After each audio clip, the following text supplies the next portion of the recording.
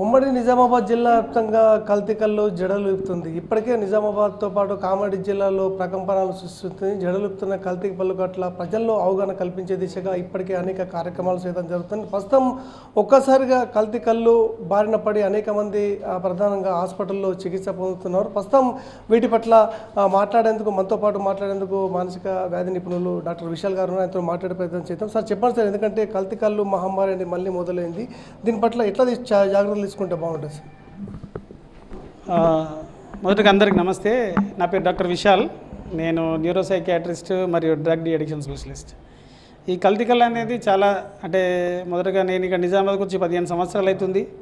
దాదాపు ఎప్పుడు చూసినా 2011లో మన బాన్స్వాడలో ఇప్పుడు ఈ సిమిలర్గా జరుగుతున్న బాన్స్వాడలో కూడా ఈ కల్తీ కల్లు అనేది అప్పుడు ఇలానే కొన్ని రకాల కల్తీ కల్లు తీసుకోవడం ద్వారా చాలామంది వందల మంది హాస్పిటల్ రావడం జరిగింది. అప్పుడు కలెక్టర్ గారు అండ్ డిఎంహెచ్ఓ గారి సాయంతో నేను కూడా అక్కడికి వెళ్ళి అక్కడ లోకల్ ఎమ్మెల్యేస్తోని లోకల్ ఎన్జిఓస్తో ఎక్సైజ్ డిపార్ట్మెంట్తో కలిసి 2011లో వర్క్ చేయడం జరిగింది.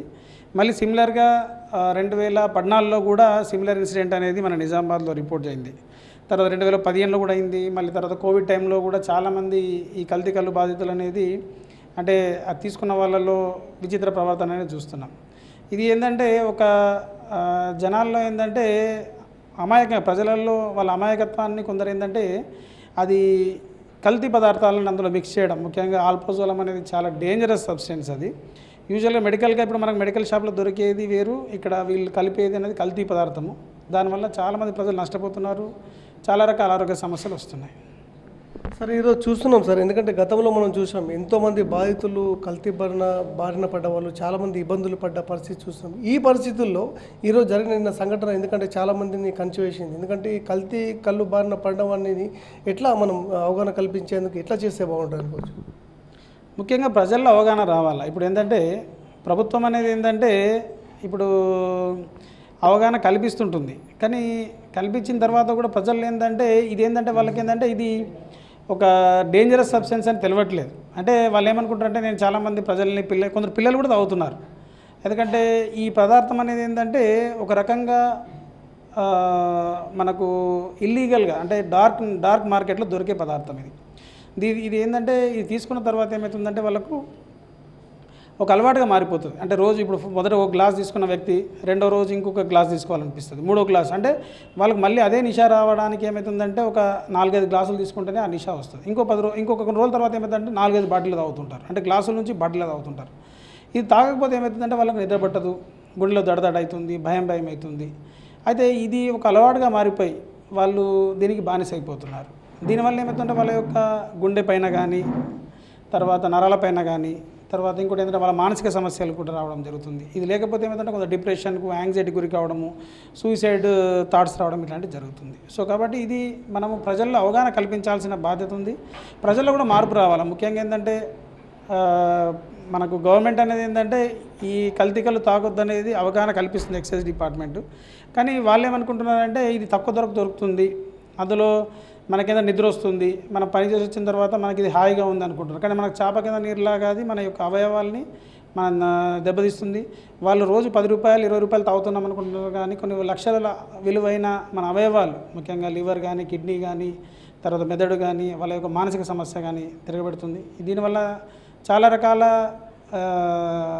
కోమార్బిడిటీస్ అంటాం, ఈ బీపీ రావడము, షుగర్ రావడము, ఈ గుండెపోటు రావడము, పక్షవాతం రావడం కూడా ఈ కల్తీ వలన వాళ్ళలో ఇది రావడానికి అవకాశం ఉన్నది. సో కాబట్టి ప్రజలు వాళ్ళలో మార్పు రావాలా, వీటికి దూరంగా ఉండాలా, గవర్నమెంట్ చెప్పిన డి అడిక్షన్ సెంటర్లలో ట్రీట్మెంట్ తీసుకొని బయటకు రావాలి వీళ్ళు. సార్ ఇప్పటివరకు చూసినాం సార్, ఎందుకంటే నిన్న జరిగిన సంఘటన చాలా మట్టుకు బాధితులు అలవాటుకు పడే ఈరోజు వచ్చిన పరిస్థితి చూస్తున్నాం. ఎందుకంటే ఇది ఒక మోతాదుకు మించి చేయడం వల్ల వస్తుందా, లేకుంటే ఎక్కువగా ఆల్కహాల్ దాంట్లో మిక్స్ చేయడం వల్ల రావచ్చని అనుకోవచ్చా? ఇప్పుడు చూస్తున్న కేసెస్లో ఇవాళ నేను కామారెడ్డి వైద్యులతో మాట్లాడాను, బాన్స్వాడ వైద్యులతో మాట్లాడాను, మన నిజామాబాద్ హాస్పిటల్ వైద్యులతో కూడా నేను మాట్లాడాను. ఏది పేషెంట్ ఎట్లా వస్తున్నారని మాట్లాడడం జరిగింది. అయితే వాళ్ళు ఏమన్నా ఈ పేషెంట్స్ మెయిన్గా ముఖ్యంగా ఈ మెడలు వంచడం, మామూలుగా దీన్ని మెడికల్ టెర్మినాలజీ డిస్టోనియా అంటాము. మెడలు వంగడము, నాలుక బయట పెట్టడం, టంగ్ ప్రొట్రూషన్తో వస్తున్నారు. దీనికి గల కారణం మేము అనుకుంటాం ఏంటంటే ఈ అల్ప్రజోలం వల్ల అల్ప్రజోలంతో పాటు ఏంటంటే కొన్ని రకాల యాంటీసైకోటిక్స్ అనే మందులు ఇందులో యాడ్ చేయడం ద్వారా, యాంటీసైకోటిక్స్ అంటే ఇవి కొన్ని మేము మానసికంగా కొన్ని జబ్బులకు ఇస్తాం, కానీ వీళ్ళు ఏంటంటే నిద్ర కోసం ఏంటంటే దాన్ని ఇల్లీగల్గా అందులో యాడ్ చేస్తున్నారు. యాడ్ చేయడం వల్ల ఏమవుతుందంటే ఇప్పుడు ముఖ్యంగా క్లోప్రోమజైన్ కానీ ఒలాంజపైన్ అనేవి కొంచెం నిద్ర కలిగిస్తుంటాయి. వీళ్ళకి ఏంటంటే జనాలకు ఏంటంటే ఈ ఆల్ప్రజోలంతో పాటు కొందరు ఏంటంటే తెలియక వాళ్ళకి అవగాహన ఉండదు, ఇవి కూడా మత్తు పదార్థాలు అని చెప్పి కలపడం ద్వారా ఈ ఈ ఉపద్రవం జరిగిందని నేను భావిస్తున్నాను. ఎందుకంటే అక్కడ వచ్చే పేషెంట్లు కూడా నేను వీడియోలు చూశాను, ఈ మెడల్ వంగడము, తర్వాత నాలుక బయట పెట్టడము, బాడీ అంతా రిజిడ్ కావడం అనేది చూస్తున్నాము. ఇది ముఖ్యంగా అందులో ఈ ఆల్ప్రజోలంతో పాటు ఇంకా ఈ యాంటీసైకోటిక్స్ అనే కొన్ని నిషేధిత వాటిని ఇందులో కలపడం ద్వారా వచ్చిందని నేను భావిస్తున్నాను. కాబట్టి దీనికి విరుగుడుగా కొన్ని మందులు ఉంటాయి, అవి ఇస్తే వీళ్ళు మళ్ళీ నార్మల్గా మారడానికి అవకాశం ఉంటుంది.